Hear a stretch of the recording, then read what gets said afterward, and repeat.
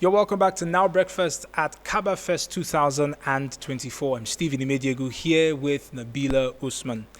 Our conversation today focuses on something that has, put Nigeria on the map, not exactly in the greatest of terms and in the brightest of colors, but definitely a conversation that needs to be had. In the last few months, the National Assembly has been urged repeatedly to sign 5 bills into law. 5 bills which you will remember from the Ninth Assembly. These are bills that would, 1, provide special seats for women at the National Assembly. 2, affirmative action for women in political party administrations. That is 35% of executive positions. Another is the bill to grant citizenship to foreign-born husbands of a Nigerian woman. The fourth, a bill seeking to give married women a choice on state of origin. And 5, a bill seeking at least 10% affirmative action in favor of women in ministerial appointments. Now, these 5 bills were thrown out by the Ninth Assembly, and it saw women lead protests, as well as receive condemnation from a large swath of Nigerians. Our guest this morning is Maryam, Laushi, a communications specialist who regularly engages in advocacy and discussions on politics, gender justice, and books. She joins us right here at Kaba Fest 2024 to speak about women leadership in Nigeria.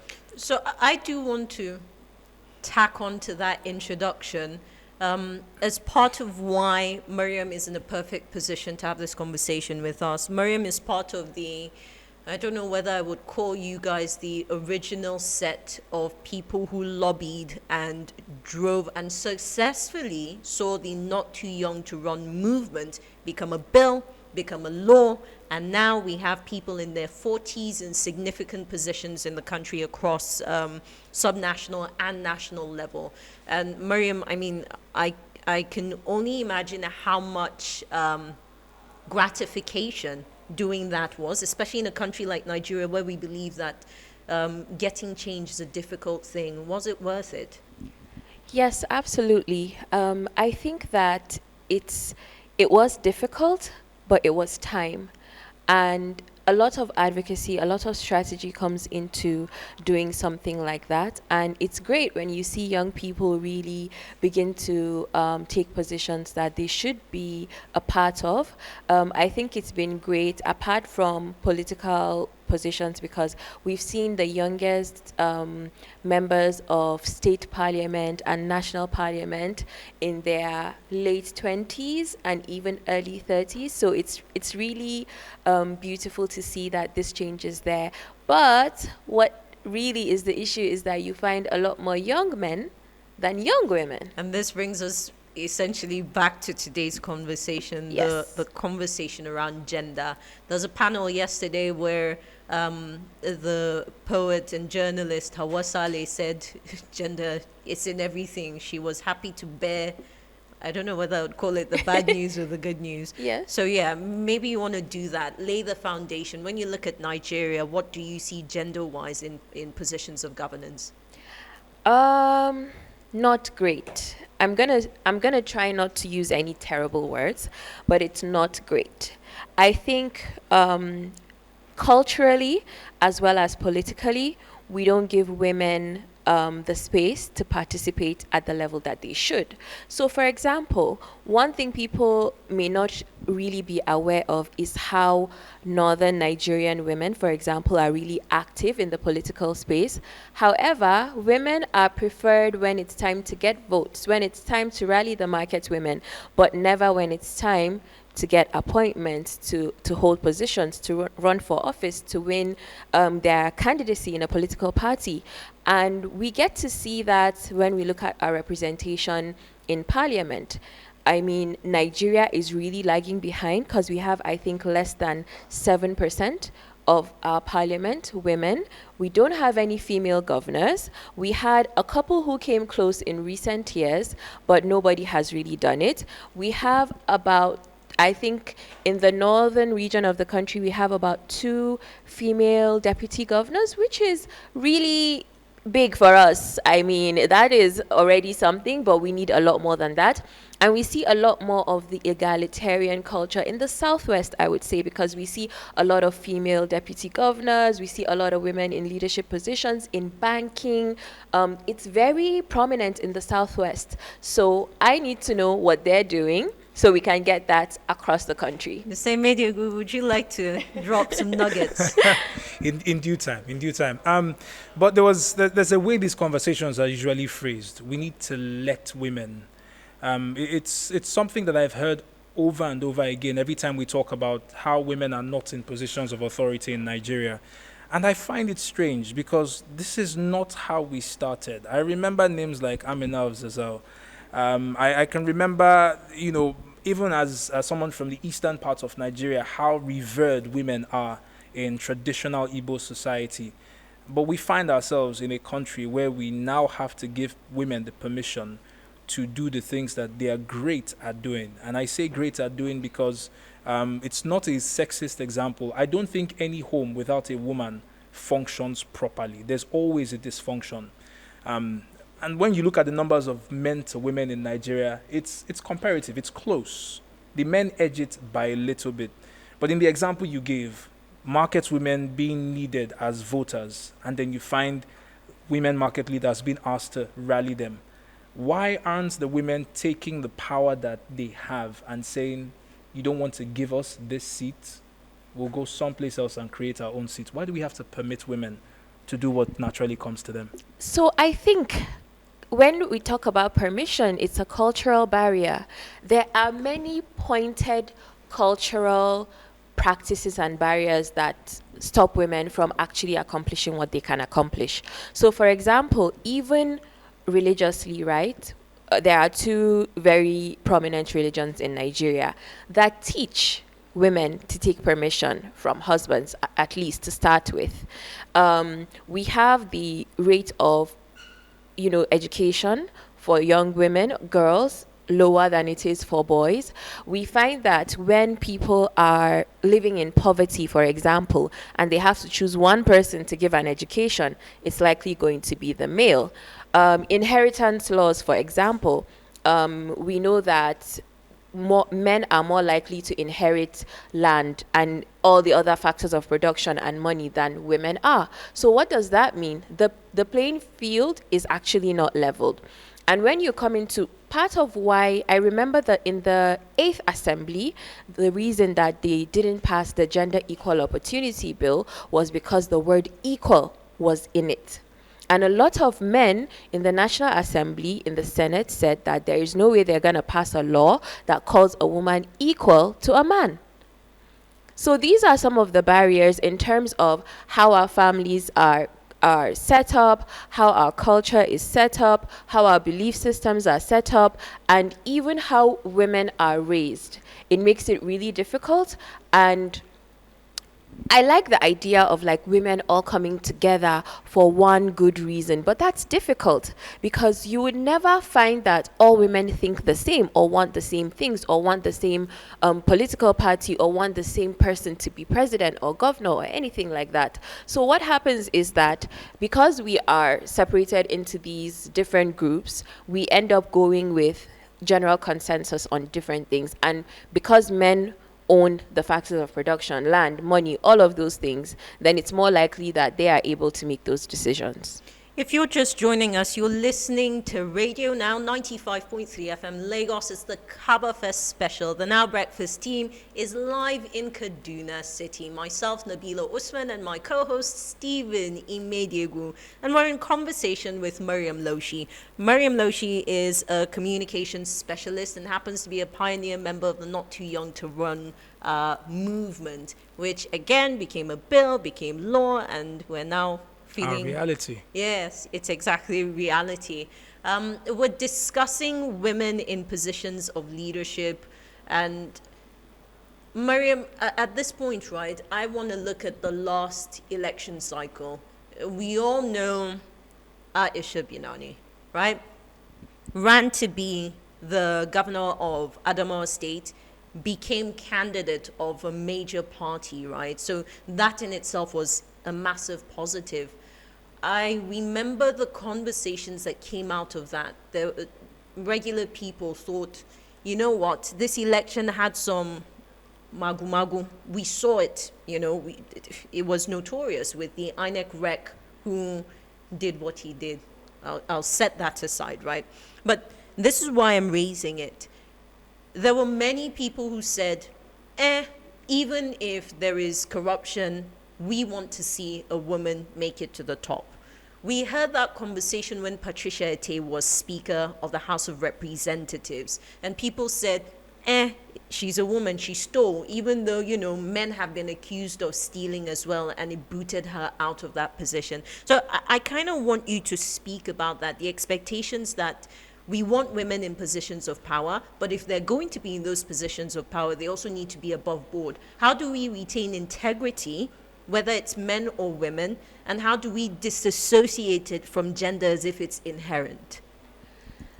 So that's a tough question, in the sense that Nigeria has a corruption problem and we don't have the solution yet. And until you have the solution that applies to both men and women, it just doesn't make any sense, right? We continually vote men into office, and we don't seem to have a problem with their agenda, even though their agenda have perpetrated many different atrocities, whether it's in embezzlement, whatever the case may be, violence, whatever the case may be, we don't seem to have a problem. I think that I don't support corruption. I don't think that I would say it doesn't matter, just put a woman in there. But what we really need to do is, like, if the only woman we have, not to say that Aisha Binani is corrupt, right? I'm just talking in general now. If the only woman we have is a corrupt woman, why is that? We need to have more women in there. And we also need to stop having the cultural expectation that women need more punishment. Women need more... women should be more upholding members of society more than men should be. That expectation needs to be on both men and women in Nigerian leadership, in Nigerian governance, politics, all of that. And then we can get to the conversation. But until men are held accountable, I don't think it makes sense to kind of like be so disturbed about like what a woman can do. And if we have one, it's the same thing. There are some men that are corrupt, some aren't. Same with women. Some are corrupt, some aren't. And so we really need to get more women in that space so that we have a variety to choose from, and it's not just a corrupt woman or nothing at all. Yeah. So we have seen some progress, and I just call it some progress, in terms of women stepping out and occupying public office. Last year's elections, there were some 1,553 women who ran for office. 72 emerged at the federal and state levels. 7 were elected as deputy governors. 18 were elected to the National Assembly. 3 are in the Senate. 15 are in the House of Representatives. And then, of course, at the various state houses of assembly. Is the approach to having women in office, should it be, instead of, because this is also a conversation that came up fairly recently, creating additional seats, should it instead be, how about we populate the other places before we start to look at the top? And I say this as, please, I don't care if you forgive me, as a Remi Shonaya fan, and I say this as her fan. Oftentimes we look at the top of the mountain. We want a woman at the top of the mountain. It seems to be the conversation. What if the women continue to climb up that mountain at various levels? I'm asking with the popular adage, women supporting women, pulling each other up into the other places of power that are not necessarily the top. Will we see that gradual change that makes it possible for a woman to say, now I aspire to the highest seat in Nigeria? So I think that with the way the world naturally progresses and the way we are able to absorb like foreign progress, right? I think it will happen that women will continue to increase in political positions, in leadership positions, but it's just not happening at the rate that we want it to happen, and that's the problem, right?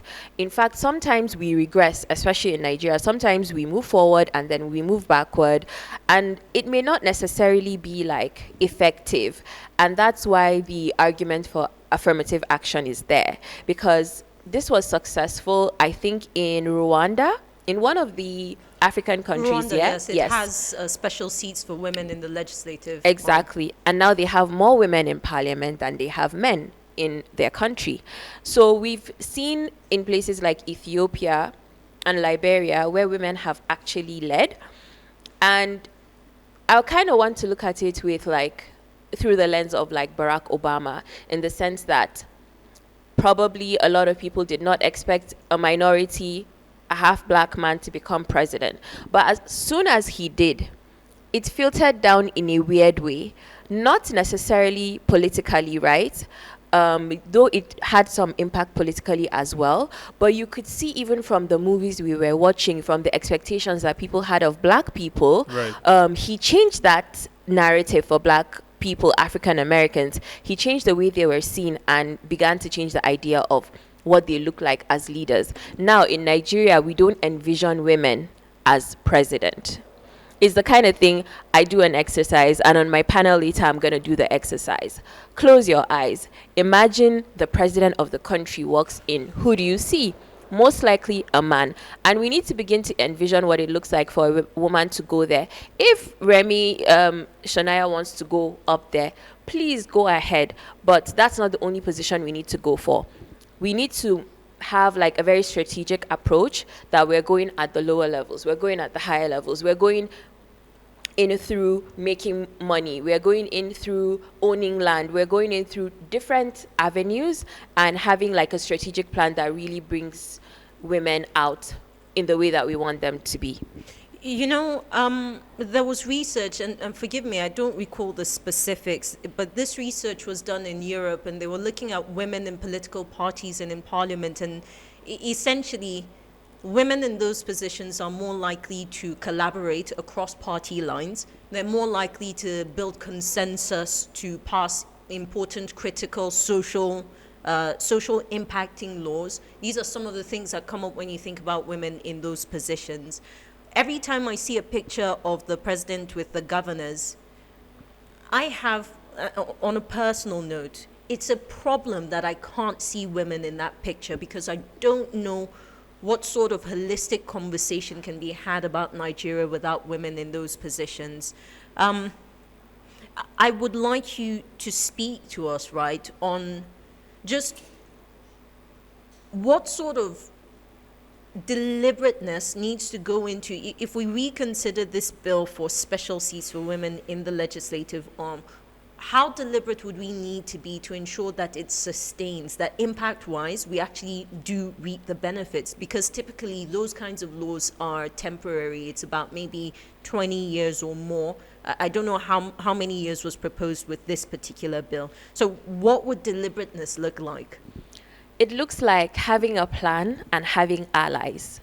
So it's really easy. I think that a lot of politicians say, just from engagement with even like young politicians, they say that there are so many meetings and so many activities that sometimes you forget what your like overarching goals are and what you're trying to accomplish, because you easily get distracted with little activities that don't bring about the impact that you really want to see.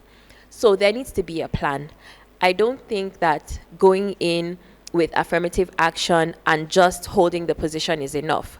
Those people, as well as those supporting them, men who are going to be their allies, need to come together and ask, what do we need to do to sustain this? How are we going to raise young women who will come in and be able to compete at the same level, come in and be able to hold these positions and make the kind of impact that makes people even see the importance of like having women in parliament. Even with like state governors, I think it's high time. It's high time that a political party, because I'll be honest with you, a lot of the governors you see, it's because somebody is behind them. We have a godfather system in Nigeria for the most part in political parties. While some of them say that they're democratic with their internal, elections and all of that, there are favorites of a particular godfather, and they happen to win elections a lot. When is a godfather going to choose a woman and say, look, I am behind you and you're going to become governor in this state by hook or by crook? That needs to happen. So And the truth is, because of the sheer amount of men in power in Nigeria, they need to be collaborators. It's not a case of like women are going to keep fighting and fighting and fighting, and every time they get to the finish line, somebody just snatches them up away from there. There has to be like concerted effort between men, political parties, and the women who are going to be there, and the women that they're going to raise to take over as well. You know, I do want to say that perhaps what we have today is simply the lack of women in these positions is reflective of the kind of politics we play, because research has shown that women are also less likely to play dirty politics. Yes. Can they play it? Yes, they definitely can. Are they more likely to? That's where the answer is no. It doesn't mean that inherently, right, women are innocent goody two-shoes. It's our socialization. Exactly. Yes, so as women, obviously, like, we are trained to be more humble. We are trained to be more honest. We are trained to be straightforward. Even when people want to leave their children with someone, they feel it's safer with my child is safer with a woman, right? That's how we are raised.